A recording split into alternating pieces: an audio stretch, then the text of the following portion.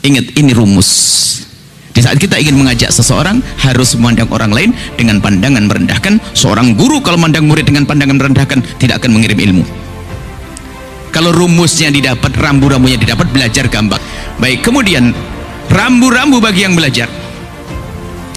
Rambu-rambu bagi yang belajar harus ada mahabbah dan adab kepada seorang guru. Sama, guru harus punya mahabbah dan adab kepada murid.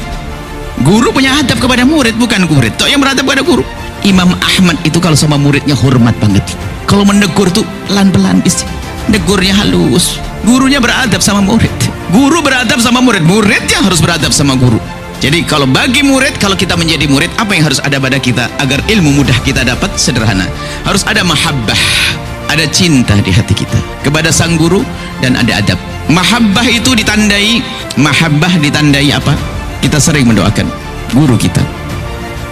Kemudian yang kedua, tanda cinta kita. Maka kalau kita punya guru, siapapun mungkin yang mengajar kita satu ayat atau apa, biasa akan mendoakan. Dan kalau ada seorang murid mendoakan gurunya, itu adalah kepentingan murid, bukan kepentingan seorang guru. Sebab seorang guru sudah didoakan langsung oleh Rasulullah, dan semua penghuni langit mendoakannya, dan penghuni laut mendoakan seorang guru. Maka kalau kita bisa mendoakan guru, keberuntungan bagi kita. Kemudian yang kedua, jangan membicarakan kejelekan seorang guru. Kalau kita melihat kejelekan seorang guru, anggap itu adalah musibah besar bagi seorang murid. Bencana seorang murid, tantangan berat seorang murid kalau dibukakan oleh Allah aib gurunya. Naudzubillah, hilang cinta saat itu.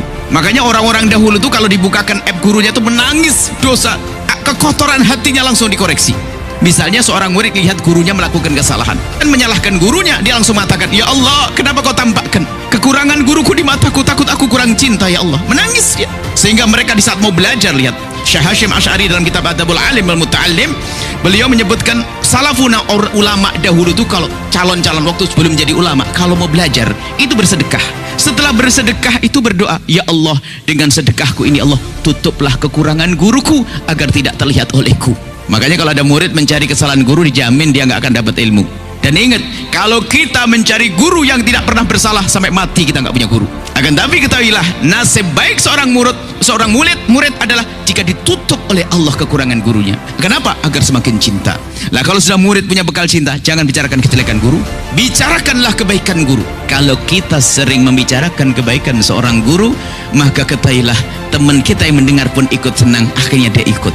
Maka ada istilahnya membaca manakib. Manakib itu adalah kisah, mengagumkan kisah baiknya seorang guru. Manakib, sebutkan guru kita, guru Al-Quran kita, Masya Allah dia soleh, dia gini-gini. Kalau kita bercerita kepada sahabat kita akan terpesona. Setelah dia terpesona akan ikut dia. Lihat, mengajak orang dalam kebaikan. Tapi kalau kita ngomongin kejelekan seorang ustadz, lihat, kita tidak akan dapatkan ilmu. Ada mahabbah.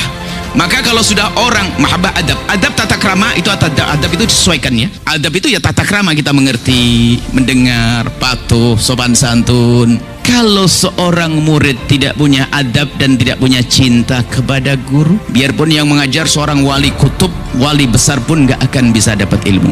Yang ngajar Syekh Abdul Qadir Jailani nggak akan dapat ilmu. Bahkan biarpun yang mengajar Nabi Muhammad SAW, maka ketahuilah dia tidak akan dapatkan ilmu, karena tidak punya mahabbah. Ada contoh, alim, hebat, pinter, cuma tidak punya adab dengan Rasulullah, tidak punya mahabbah dengan Rasulullah, maka menjadilah dia Ustadz Abu Jahal. Kenal, Abu Jahal itu alim, tidak ada ayat tidak ada ayat Al-Quran turun kecuali dia hafal, tidak ada Nabi bersabda kecuali dia tahu. Bahkan begitu hebatnya Abu Jahal, rajinnya belajar dari Nabi. Kalau dia pergi jauh, dia membayar orang untuk duduk dengan Nabi Muhammad agar tidak ada kalimat yang terlewat dari lisan Nabi. Cuman tujuannya bukan untuk mencari kebaikan, tapi tujuannya untuk mencari-cari kejelekan Nabi yang tidak pernah ada. Karena di hatinya tidak ada cinta. Lihat, padahal dia dengar firman Allah, dengar suara Nabi yang indah, dan melihat akhlak Nabi yang mulia, karena di hatinya tidak ada cinta, maka nggak ada ilmu.